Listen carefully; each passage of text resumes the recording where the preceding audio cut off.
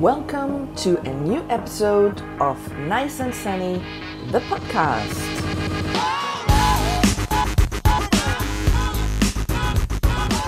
I have a guest, and today is a very special guest, somebody who is famous for his amazing podcast, an award-winning podcast, actually.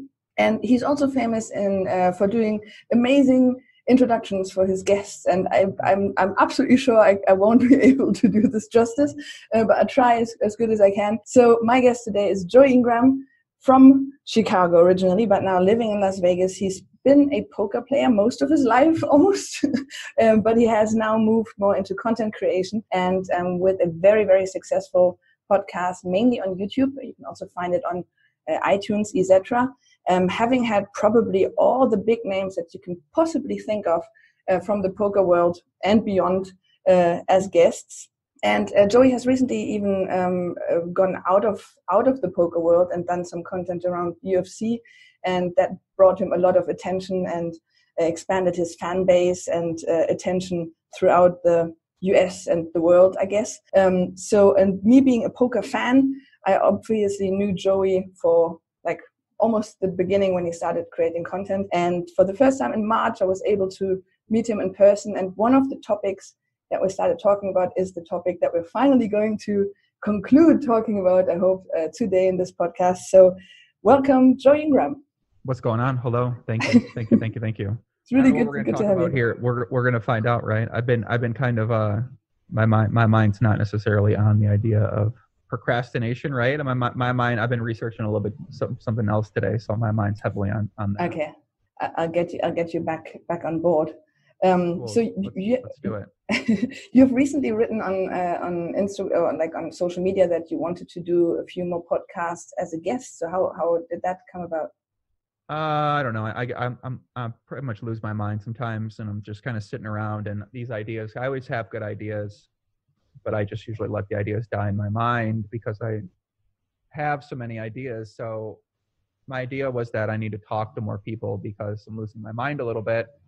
So I said, well, why don't I just go on people's podcasts and do content with them? Because I know people are always looking for guests, and I think that I make a pretty good guest oftentimes, and people would want to have me on. So it's a good way for me to talk to people and to practice being a guest. And, it's something I've had fun doing in the past. So I get to see other people do hosting and stuff like that. So I think it's a overall good experience on every facet of things. Yeah, and it's great to have a guest who knows how to talk. So it's always helpful. Yes, having a lot of ideas is great, right? And being busy is great as well.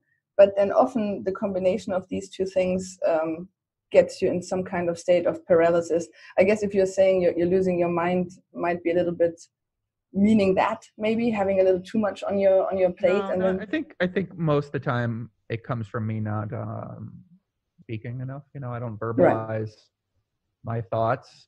Therefore, they just pile up in my mind, and I'm not doing much mindfulness or meditation stuff right now. So a lot of times I'm isolated with a very distracted mind, and I don't allow myself time to think, and I don't talk to anybody. So therefore I go a little nuts because I can't quite think clearly, and yeah, I feel like that's the state of mind I'm currently in right now. Yeah, so I'll think a little more clearly after today's study, but it's easy to get like that when you're not consistently working at that sort of thing. Right. So you said you don't do meditation or mindfulness training anymore. So why did you stop? Just got pretty wrapped up in my content I was doing, and that was my main focus. And I think for a lot of new things, when you add things to your life, you need someone to hold you accountable. And the person that I relied on to do that didn't do a very good job, and ultimately it ends up being my fault, right? So it is what it is. You can't do everything, and something I just incorporated into my life. And as I took on more responsibility, and as I took on more ideas, and as I started doing more content and started shifting my mindset towards that stuff, it shifted away from the new habits I was trying to build in place. And without anybody reminding you to do that and able to help keep you on track, then you're going to struggle. It's like why everyone struggles to start a new habit or to kick an old habit. you need help from other people. You can't do everything on your own unless you're hyper focused on it. So if it's not your main priority, you need to rely on people who are able to help you out. And when you rely on people to help you out and they don't help you out, well, then you end up, you can't do it all. So, Yeah. When was the time that you realized that you basically hit a wall? Like, I guess it hasn't happened the first time. Like when we met, like in March, it felt like you weren't producing a lot of content. You were a bit of, it felt like you were a little off the grid in a way. And then, so I guess, was that the first time it happened? Probably not. And how did you notice that you were off the rails? I'm never really off the rails necessarily. I just lack clarity, right? It's not like I'm off the rails necessarily.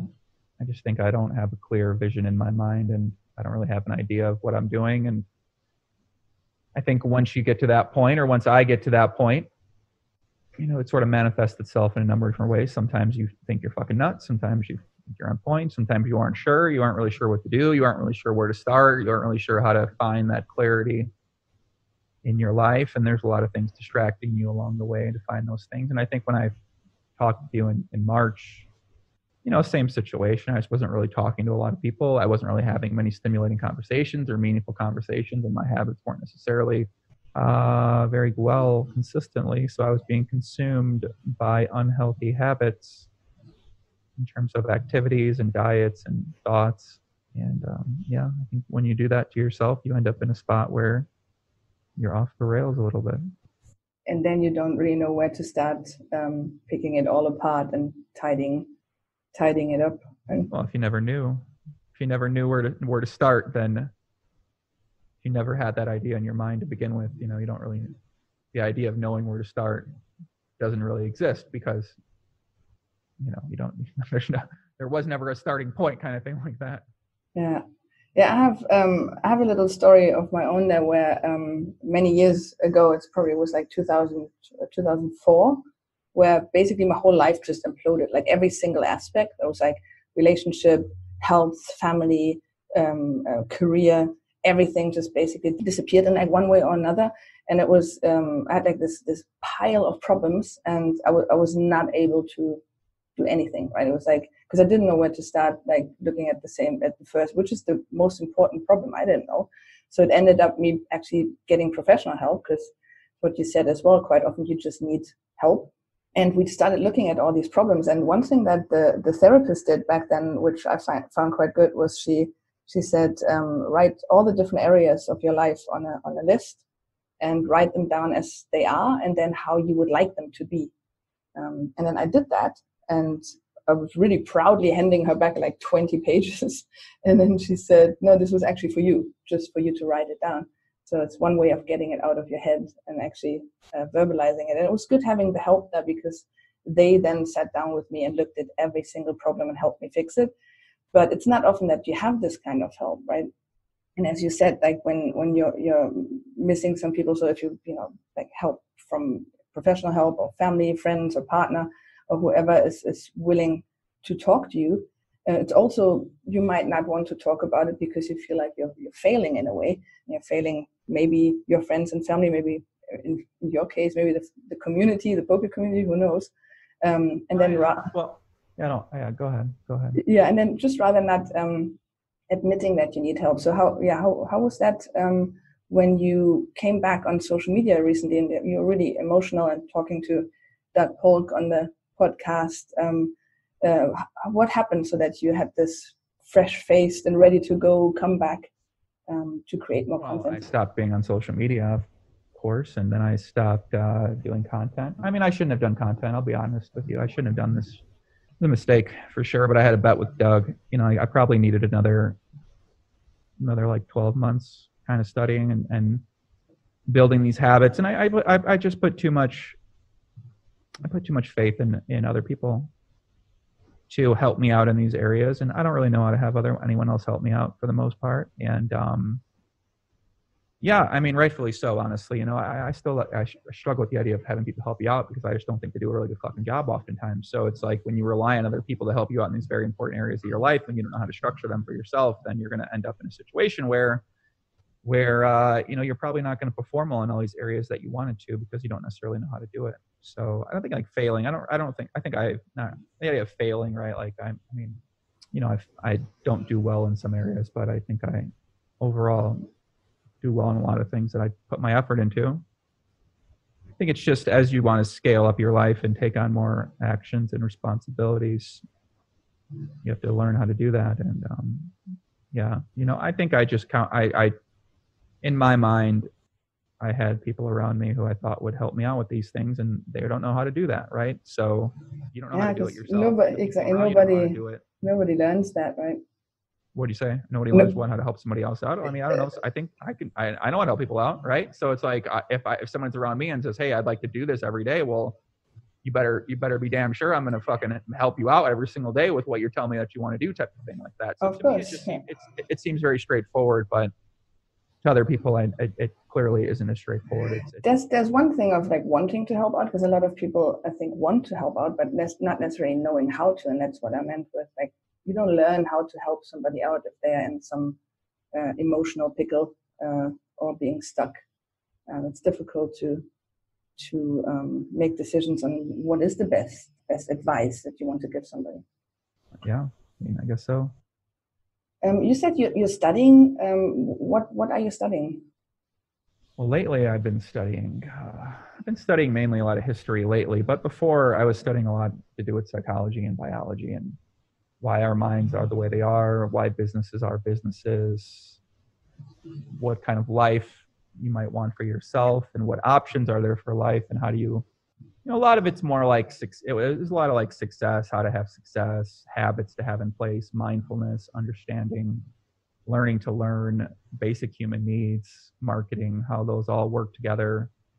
So my idea was, well, I want to do content. I want to grow my content, grow my business, help people out, help people out on a bigger scale, sort of grow all those sorts of things like that. So I was just thought that if I, bettered my knowledge outside of poker, because I have a lot of poker knowledge and I have a lot of knowledge I've gained from poker, I just can't quite articulate it because I haven't studied other things. So I found that I'm just very, very good at learning. I love researching, I love investigating, and I'm able to learn at a very high rate, I guess. So yeah, I was just really studying a lot of different things and having a lot of healthy habits, healthy diet, working out, that type of stuff.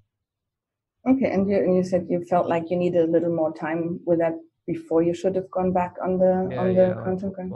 12 months. I'm not prepared and not prepared to handle all this, unfortunately, right? Like I get so obsessed with what I do for business and content and whatever my quote unquote job is, that it's very, very hard for me to not want to perform at a very high level at that. And when my other habits aren't in place, I just neglect those because that's been what I've done most of my life. So yeah, so whatever is in front of you that has your focus. Not really. No, just my career. Okay. Very obsessed. There's a reason why I've had success, right? It's because I put a lot of effort into it. I'm obsessed. I think about it all the time. I think about, okay, this, that. I think that in a career sense, I could do anything I want to do, and I could be as rich as I want to be, or be as famous as I want to be, or be as successful as I want to be. And I could do it in any genre, any area of the world if I really wanted to.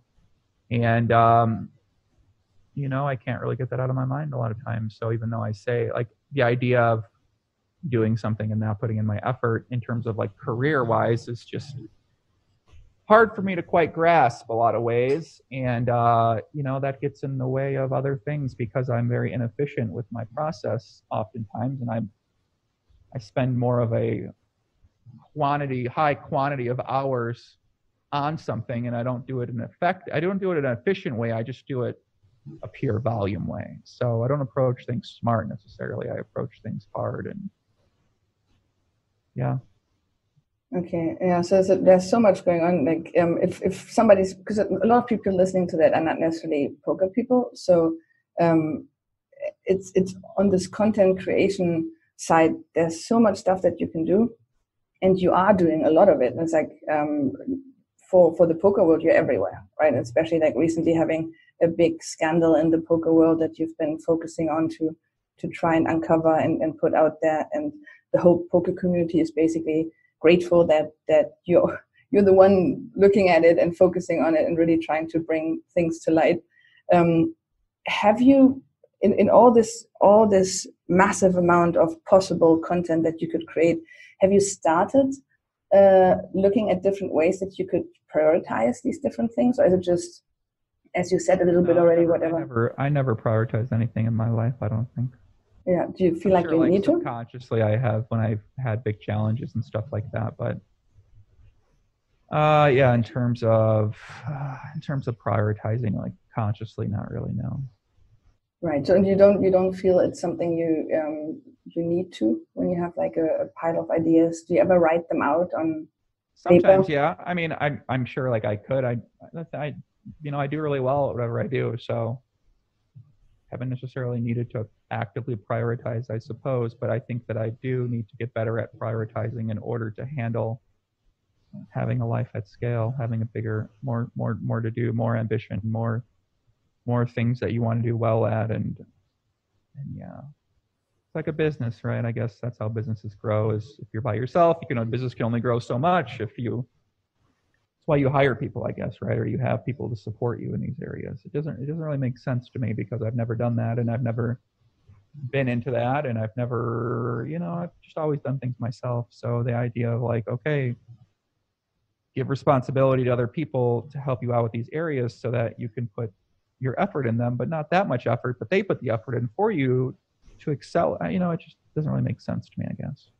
The idea of business doesn't make much sense to me in a lot of ways. I've never really been focused on making money at business, and it's never been a goal necessarily. For poker, it was for a bit, but then I did that, and I was like, the money wasn't the game. It was just like beating the game and getting the high score, going high stakes. Like, the money, I just never really cared much about it. And so that's why when it comes to the idea of business, I can't really wrap my head around thinking like a proper businessman would, because in business the goal is to make money, and I haven't had that goal in quite a long time. Yeah, I remember you put something on social media at some point asking for basically measurements that you could apply when it comes to marketing and so on. That is not necessarily money and viewer counts and so on. It's very difficult to measure it. Just as in poker, it's almost difficult to measure it other than with money, almost. What do you mean? Like success and progress. Yeah, I think and you do content, right? If your business is content or whatever you want to call it, how do you measure success in that? Most people would measure it by the money they make, or the amount of people that watch their shit, or subscribers, or and that's the very traditional way to measure it. And I've never tried to measure it like that. And unfortunately, it's easy to get wrapped up in that because everyone else is so fucking obsessed with that too. So it's very easy for you to, when you get a lot of praise, like you do a UFC video, it gets 16 million or not, whatever the hell it has now. Like, the amount of praise I've gotten for that is disproportionate to the amount of effort I put into that. And I believe that most of my content is similar. It's the same template, it's the same format, but because so many people watch it, then you have all these people giving you this praise, like you've done something amazing in a lot of ways, when in reality, like, that shit's fucking easy to do what I did. You know what I mean? Like, I have a vision. To me, it's easy, right? Other people say it's not that easy, but it really is. Like, the basic idea is incredibly simple, right? You take a pop culture topic, you have knowledge about it, right? I mean, having pre-existing knowledge matters a lot, but at the same time, your ability to research that pre-existing knowledge isn't hard necessarily. And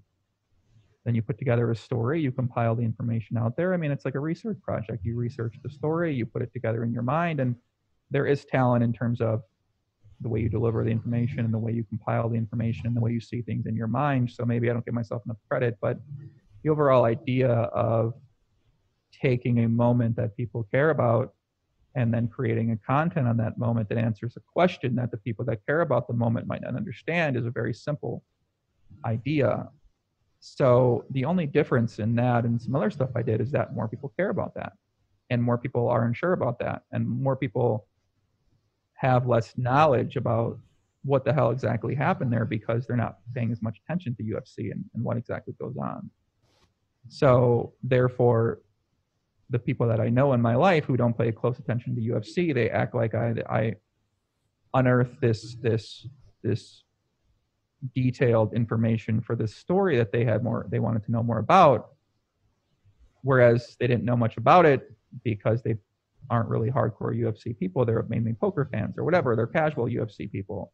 Whereas the people that watch my poker content are hardcore poker fans. They have a pretty good idea what's going on oftentimes. So I'm not necessarily delivering anything that they might consider groundbreaking, but then they watch that and they're like, oh my God, this is, pumped up. It's energized. Like it feels different to them.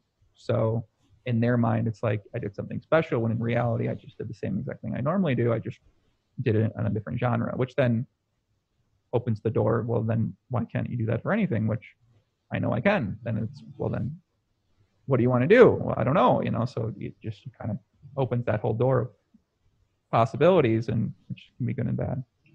But this is an important point when it comes to content creation in general, because like we often think the stuff that we know, other people know as well. Like, how can they possibly not know this that I'm knowing? And then you tell them, and all of a sudden you realize, oh, hang on, I actually do have something here that a lot of people around me are not aware of. And for me, it's often the creative problem solving stuff, for example, I've done recently, or even some of the content creation stuff that I've professionally learned. As long as you find something that enough people actually are not aware of, then you can create a lot of valuable content for people, and it can be anything really. I think that you don't need to, like what you just said doesn't really even apply, right? Like it's, if you can create valuable content about anything, whether people don't know about it or know about it or anything, right? Like there is no borders, and you could do whatever you want, and you could be bad in some ways too. And I'm sure like it could be something that you turn into for yourself. I mean, that's the good thing about content. It's not like poker where it's black and white in terms of, this is success. Content, it could be something that you just enjoy doing, and maybe you enjoy acting like an idiot, and that's what you like. You know what I mean? There's so many different possibilities. And you could do a vlog, you could do information, you could do learning, you could do jokes, you could do editing. Like there's literally, sky's the limit for the type of things you can create, which is cool. And I think like my goals for content are, I don't know. I think that I want to have some of the best content in the entire world. And I don't exactly know how that looks or what that looks like. And if that revolves around what people want to hear, what people are interested in, and pop culture in general. But I think that's the path I'm on right now. And I just, all this poker stuff. I love poker, and the poker is such a fucking, such a corrupt.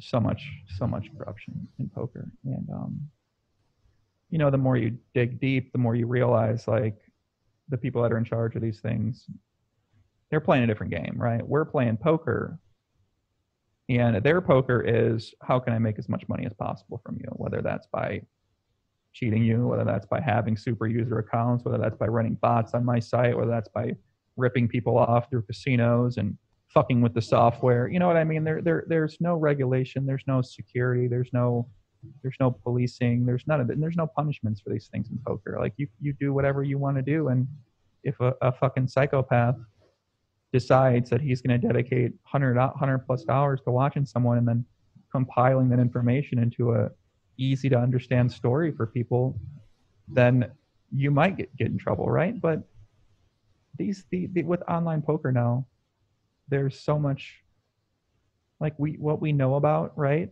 is just when people are whistleblowers, right, when they give up information, and everything we don't know what happens. It's just sad to think about how you have a beautiful game like poker, and then the people who are in charge of these operations and the apps and the sites and the operators, like these guys are playing a different game. Their game is to fucking take money from you. You're playing a game of poker and you think you're getting a fair shake when you have no nothing, no guarantee that that's taking place. So once you really realize like that's what the poker world's like, and of course there are things that are legitimate and stuff, but who knows what is, man. It's just sad. It really is. So believe me, I'm with you. I mean, like, again, those of you that don't know, I was working in that said poker industry for 11 years, and I was working for the world's biggest poker site that is in most countries regulated, which is obviously what we're aiming for. But of course, the problems are so wide-ranging that it's difficult to get the regulation in place that everything can run organized and controlled, and it's just a difficult one. And with online poker specifically, so it's not an easy business to stay in. That's why I left as well. One of the reasons. I can understand that. As you mentioned, there's a lot of, I mean, when you research the history of these sites and how they rip people off, right? Like how the people that are in charge of the site, they don't get punished. You know, like there is no repercussions for ripping off your customers in online gaming. It seems like you just do whatever you want, and the smart, if something does happen, the smart people come out and say something. But people are so addicted to gambling and poker and casino games and sports betting, like they're just going to keep coming. And you take advantage of these people that lack the knowledge to understand, and then they might have the knowledge, but then they lack the discipline to actually follow through on that knowledge. So it's like, fuck it, right? Why not? What's like, you got these guys with the ultimate bet thing, the online poker thing that took place in early, like these guys are still in charge of major companies that are involved in the gaming space. You know, it's baffling. You have these big poker sites that service American poker players that are clearly insanely corrupt, and who fucking knows what these people are doing, and the people still play, they're promoted. Like, it's just makes you question, like, well, what are you supposed to do about it, right? Do you just join the party? Do you join the scam inside? Do you, right? Like, you just warn people constantly, like nothing happens, right? Like you put something out there and you make a warning, like nothing happens, man. It just keeps going on and on and on. So you start to think about, what is your position in these things, and what would you like to do, and what would you like to be a part of? And I think that's the point in time I'm at in my life right now, where I'm trying to decide, what do I want to do with my life, right? Like, I did poker, now I do content, but I can do anything I want to do, and I think a lot of people out there can do anything they want to do. So once you have that understanding, it's good and bad, because good in that you can do what you want to do. It's bad in that then you need to make a decision on what you want to do, and when you don't know exactly, that part can be challenging. Did you, besides poker and UFC, did you look at any other areas that interested you to do a video? I might have missed it, but was there anything else? Did I try any other areas? Yeah. Not really, no. I thought that the more I got away from poker, the more I wouldn't come back to poker at the time. So yeah, you know, I don't know. I don't really like, you know, the idea of like having a top channel and a top podcast in the entire world is quite appealing, mainly for childhood programmed reasons, and that's how I was programmed to be as a child. So it's hard to escape 30 years plus of programming in your mind to be drawn to a certain type of life. And you know, it's one of those things where like you have the opportunity now to do that, and you probably won't have the opportunity again in the future to the same degree, and the experience will be different if you're 45 versus 34 and you pursue that. And I think that's the point in time I'm at in my life right now, right? Like, what do I, right? You know, how successful do I want to be with what I do, and at what level do I want to do it, and what kind of impact do I want to have on people and on the world? Yeah, it's basically staying in your lane, keep doing what you've been doing, or trying to branch out. Well, that's not going to happen. That's not going to happen, right? Okay. Like, I'm not going to stay just in poker, because like, so more like branching out, exploring some other areas. Right. And that's what I'm going to do, and it's just a matter of deciding when you can do anything, right? I can do humor, I can do serious, I can do learning, I can do podcasts, I can do live streams, I can do breakdowns, I can do investigations, I can do thought piece. You know, there's literally anything I can do, and I could do it in any genre I'd want to do it in. So it's deciding how that looks and what that looks like in terms of what you envision as success for yourself, sort of thing. Yeah. I enjoyed this little poker detour here, but this actually now brings us back to the. I had there's a couple of ways that I would, you know, if I have some decisions to make, or if I have a big pile of tasks that I somehow have to attack, and I don't know, you know, where to get started and how to prioritize. There's a couple of ways that I've been doing it in the past, or I've been reading about it that are quite similar. So I wanted to just talk you through like two different ways that I have, like, for myself found that quite effective. like one is basically like the scientific way. So if you look at business, this is really something that has been applied and is being applied quite a lot. You might have, if you do your research, you might have, or you're studying, you might have heard about the Eisenhower decision matrix. Does that ring a bell? No, I think I've seen a decision matrix, but I haven't tried to. Yes, I don't know why it's the Eisenhower, but it's like apparently that's the name. So if you Google that, you would see like there's basically it's a graph with one side is importance and one is urgency, and then you just simply put all the decisions that you have to make or the tasks that you have to do in those boxes, and it ends up to be like 4 boxes. One saying like, you know, if it's really important, really urgent, do it now. You know, and then if is it important but not urgent, then decide and schedule it for a different time. And then there's also important, not important and urgent, delegate. And I think that's probably one that you're struggling with right now. Delegate, yeah. Oh, yeah. I've seen this bad boy, and whenever I look at it, I never really have to do anything. I feel like when I look at this and I'm like, well, what do I have to do? I was like, well, I mean, I don't have to do anything. I can sit on the beanbag chair all day long if I really want to do it. Probably like I'll make the best of it, you know. So, but the delegate thing, like that's what I'm trying to practice at, but I suck at it. I'm really bad at it. So why is that, you think? Well, I've done everything myself.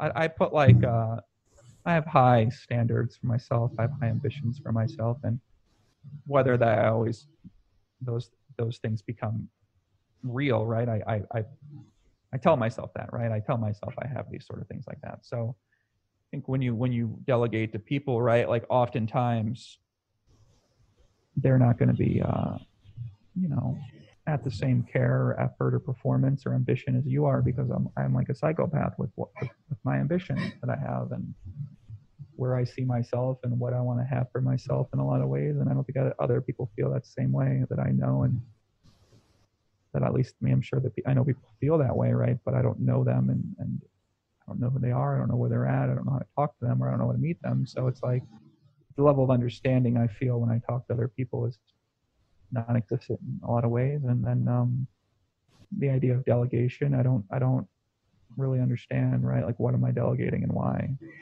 Like, am I delegating you make this for me? Sort of, yeah. I just don't understand really. Like, I don't know what I could delegate to anyone, I guess. You know, the accountability, I guess so, but people aren't good at holding other people accountable that I know. So I don't quite know exactly how to even think about the idea of delegation. Yeah, so there's 2 really important things here. One is that it is super hard to find somebody who cares about what you're doing just as much as you, which is basically impossible. So whenever you find somebody to help you, they will never care as much for what you do as you do. It's just fact. So you will have to see what kind of things you delegate. And I have, you know, because I just started my own business in May, I'm already in the scaling phase. So I do have to find people do the work for me, and I'm grinding on Fiverr and freelancer.com, trying to find people I can trust with some tasks. And it's most of the time it's disappointing, you know. So it's so hard to find people. And I just had this amazing experience here because I'm currently in Thailand in a co-working space, and I had a friend here, and she was helping me for a month. I was giving her some money for it because otherwise I would feel bad, but because I'm not making money with it, she was helping me with my vlog editing and my podcast. She was helping me with some other projects because she wanted to learn it. So I was teaching her.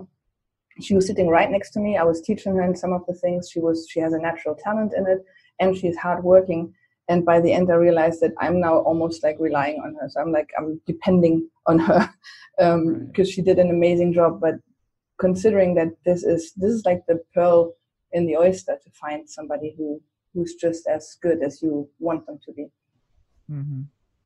And the other thing I find interesting is because a little earlier you said that you wish people would be there to help you more, and then in this case, no, I don't. I don't want that to be on a record of anything. Okay. Not what I wish. No, I do not wish that. So I just want to clarify that real quick.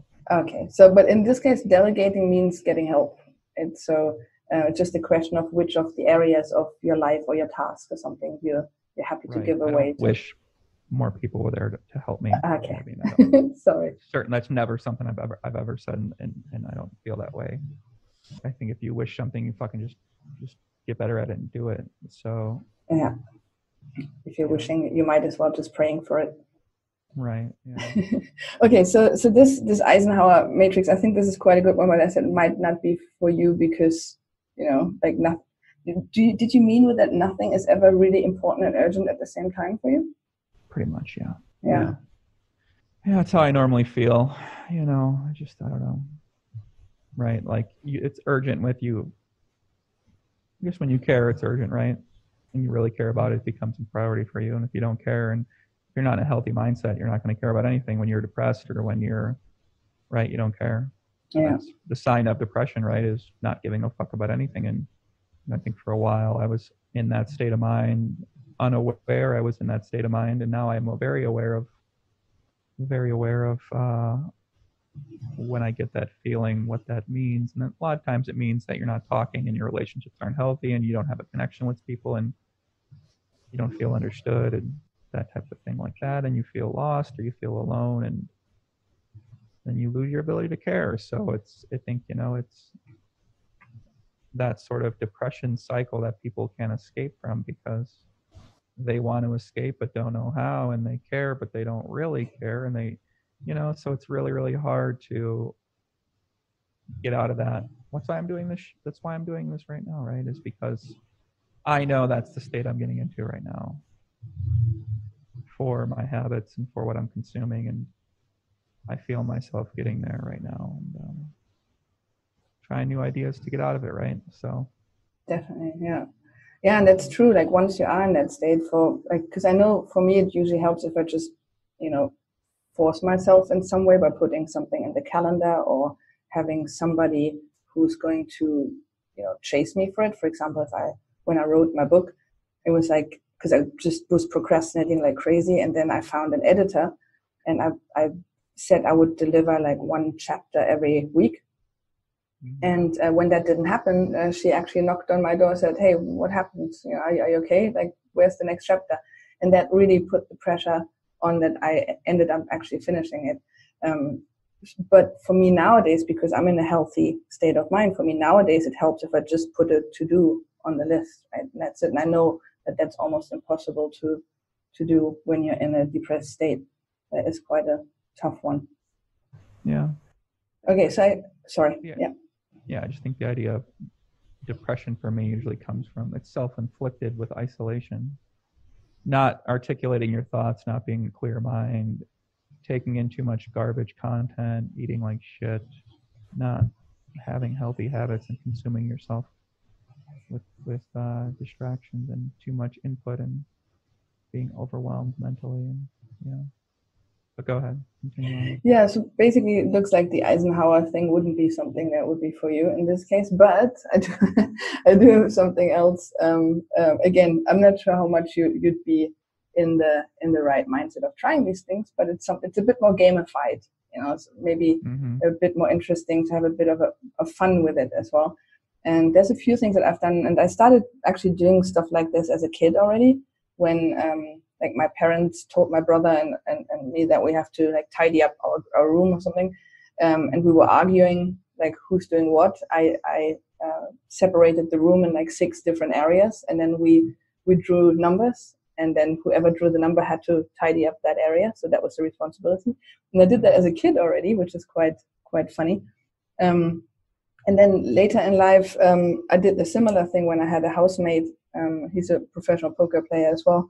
And then, because once a week we just tidied up the whole apartment, and we did the same thing, like drawing the numbers and then just putting on music and just going crazy cleaning. And then there was a reward in the end, which you should always avoid it being food or alcohol as a reward. But for us, it was like we had like scratch cards and said, okay, we were going to split any winnings. So it was not really a very exciting reward, but it was a nice way with a friend to have like a fun experience and turn it into a fun activity you do with a friend instead of having it a chore or burden.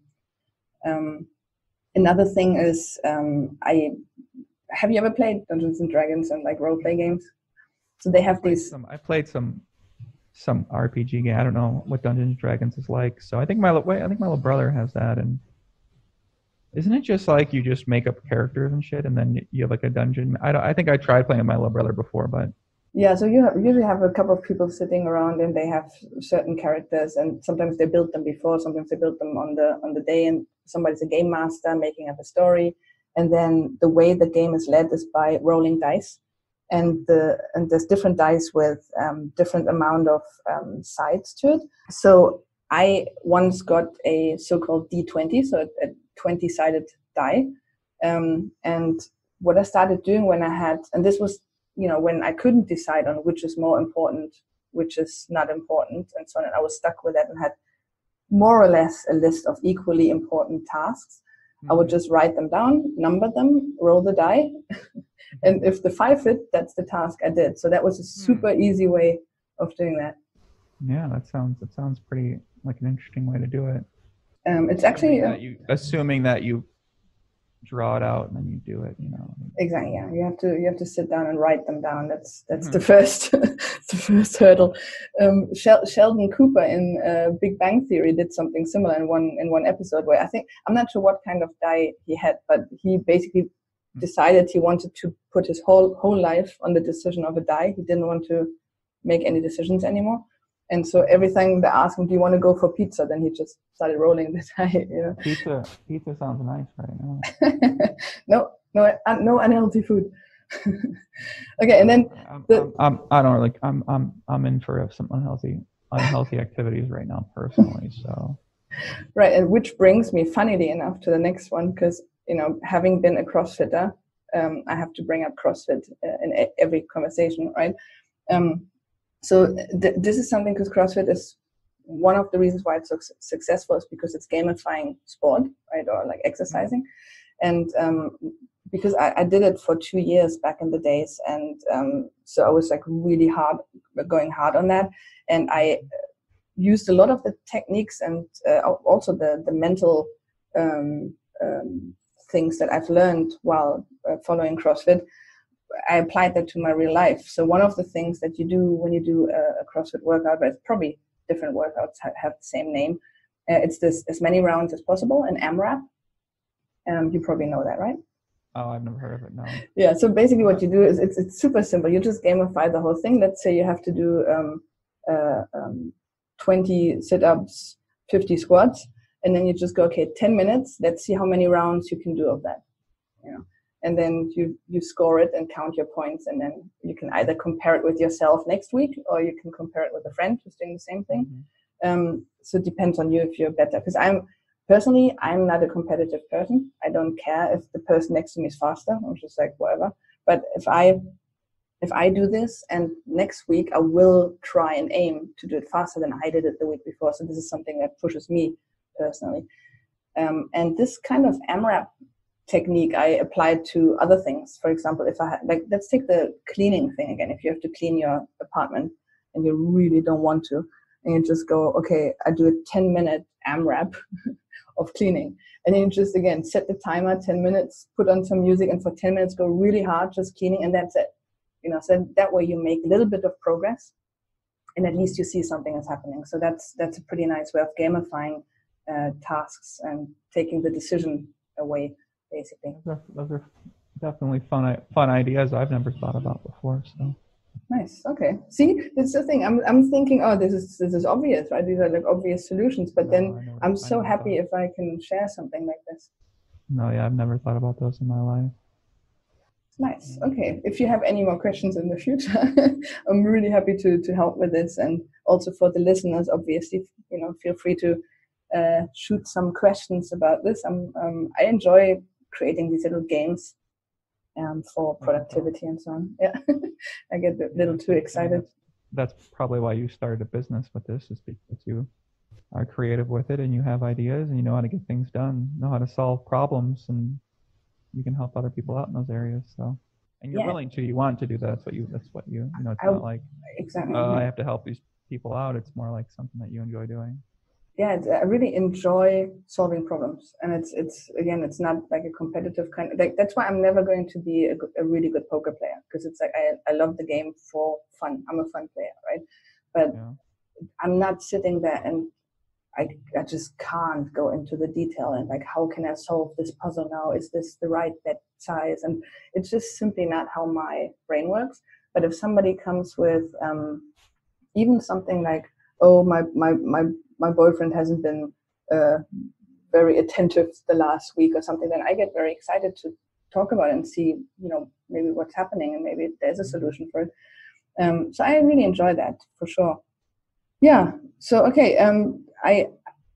I might just, if I may, and I don't know if you have any interest in it, but I just might, if I can give you some advice, maybe just write down a couple of ideas that you really want to try out and you just can't get yourself to do it. Try this die technique. Ideas pertaining to what? The content that you want to create, for example. Sometimes I think I'm more worried about like my overall, what I'm gonna do with my life right now. Yeah. Because I'm not gonna, I don't know. I mean, my relation, there's a lot of things going on right now with me over here. So the relationship, friendship. But keep in mind that even thinking about a problem is a task. Right? So it's like I do that as well. Right. I put on Trello, which is where I organize my whole life. I sometimes just write, because I wasn't sure, for example, if I wanted to go to Vegas in February, and I kept thinking about it, and my thoughts it kept going back to it. And I was like, I can't make an educated decision right now, so there's no point of me of constantly thinking about this. So I actually put it in as a task to really set aside like 30 minutes or something to just think about this problem and then make a decision. That sounds smart. So do you have any dice at home? No. So go to one of the gambling shops and get yourself some dice. And then you can just write down, I have to think about this problem, this problem, this problem, and then roll the dice and set some time aside and think about it.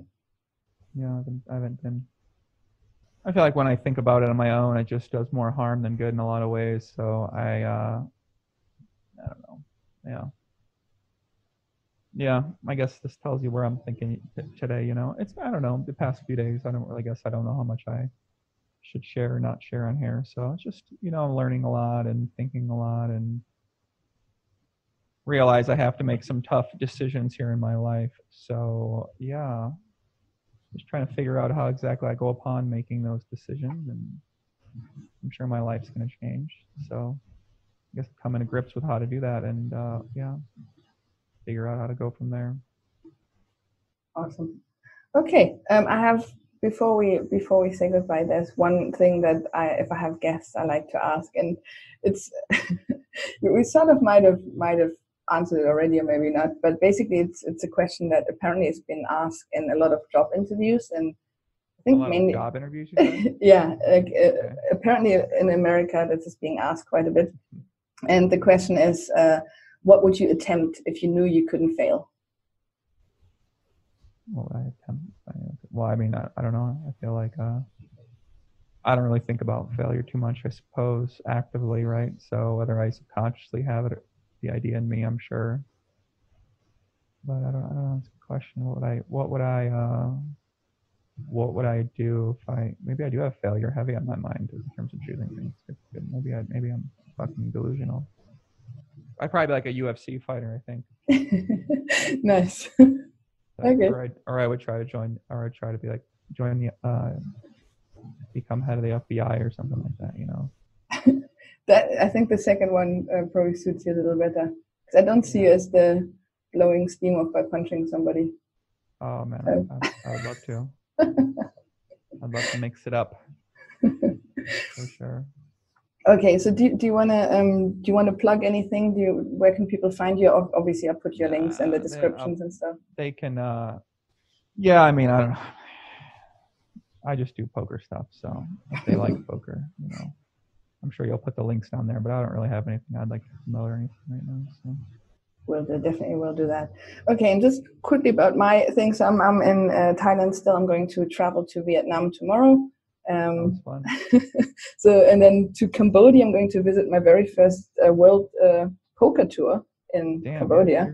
You're getting out there, kid. I am. That was the plan. Leaving stars, doing my own thing, traveling the world. That was exactly what I wanted to do, and I'm doing it. I love it. That's awesome. All right. So it was an honor, Joey, to have you on my podcast. I hope you enjoyed it, and I hope you feel better. And I'm really hoping to see a lot more from you, be it poker or anything else, because I really enjoy your content. So it'd be awesome. Well, thank you for the thank you for the great ideas in terms of the gamifying stuff. I'll be thinking about that tonight, and I'm sure you're going to do well with what you're working on, because you get after it, man. I think you got a good perspective on things and a good outlook on things, and you enjoy doing what you're doing. And look what you're doing in your life now. Took a chance, get out there, quit your job, starting something new. So I think it's really awesome to see, and I think it's inspiring for people out there to kind of see people do things like that, because so many people desire to do that with their lives, but they don't know how, or they don't want to take the risk or whatever. So I think maybe I'm in that state right now. You never know. So it's like, it's pretty cool to see.